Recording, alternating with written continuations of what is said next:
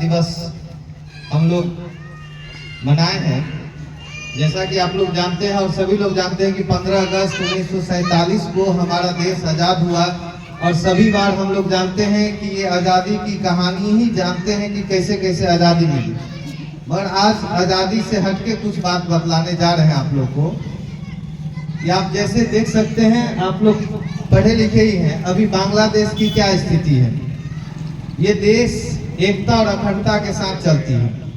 अभी वर्तमान परिदृश्य जो बांग्लादेश का देखें हम लोग, 1971 16 दिसंबर को पाकिस्तान के साथ पूर्वी बांग्लादेश अलग होता है और आज़ादी का ये 50 साल भी पूरा नहीं हो पाता है। उसकी 50 साल पूरा हो गई और 52-53 साल में ही ऐसा क्या हुआ कि जो फादर ऑफ नेशन कहलाने वाले वहां के बांग्लादेश के, आज उनकी ही पुतला को जलाया जा रहा है, उनके स्टेचू को तोड़ा जा रहा है।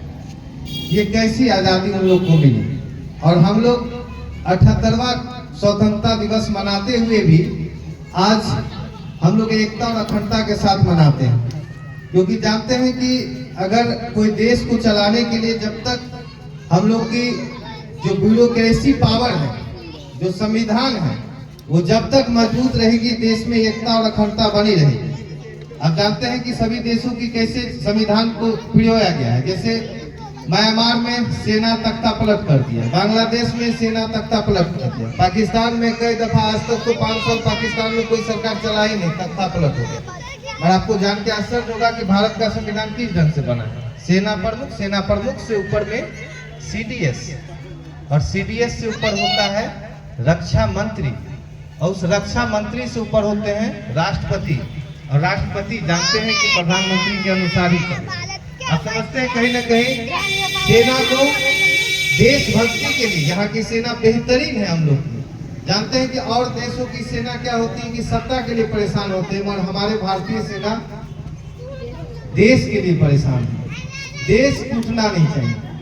और इस बार 2024 की जो स्वतंत्रता दिवस मनाई गई है, विकसित भारत थीम के साथ मनाई जा रही है। ये विकसित भारत थीम क्या होगा? जैसे जानते हैं कि 2047 तक में वर्तमान गवर्नमेंट लक्ष्य रखा गया कि भारत पूरा विकासशील देश की श्रेणी में आ जाएगा, 2047 का लक्ष्य। और 2070 में हम लोग लक्ष्य रखे हैं जीरो कार्बन, नेट कार्बन का लक्ष्य रखे हैं हम लोग सरकार के द्वारा। तो ये सब जब ज्यादा बात बोले तो बहुत सारा चीज आएगा, क्योंकि आगामी कैसे हमारा देश चले उसके लिए बेहतरीन तरीका से संविधान को समझना बहुत ही जरूरी है। और आप लोग में से जितने लोग हैं शिक्षक बनने जाएंगे और बहुत सारे, सबसे ज्यादा तो शिक्षक, अगर बता दें कि सबसे ज्यादा शिक्षक ही बनने वाले हैं आप लोग। एक बात हमेशा ध्यान रखेंगे, सबसे बड़ा बात होता है कि एक टीचर ही ऐसा होता है जो हमेशा दूसरे का भलाई में ही उसका भलाई होता है। बाकी दुनिया का कोई ऐसा सेक्टर लेके आइए, अगर डॉक्टर के पास जाएगा तो डॉक्टर भी भगवान को अगरबत्ती दिखाते हैं कि पहले हम बीमार पड़े, लोग सब बीमार पड़ेगा तब तो दुकान चलेगा।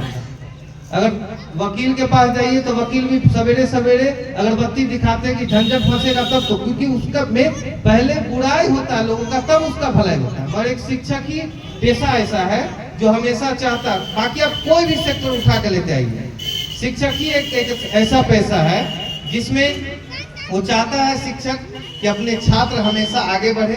और आप लोग से ये दायित्व दिया जाता है कि संविधान को अच्छे से समझे, इतिहास को अच्छे से समझे और आने वाले जो जनरेशन है उसको समझाएं। क्योंकि हम लोग को जो गलती हुई है, जानते हैं कि हम लोग को 1 से लेकर 10 तक कैसे पढ़े, खुद बढ़िया से जानते हैं हम लोग। अगर 1 से 10 तक अगर अच्छा से पढ़ जाते हैं आप लोग तो हमारे पास आने की आवश्यकता ही नहीं है। इसी के साथ ही अपनी वाणी को समाप्त करते हैं।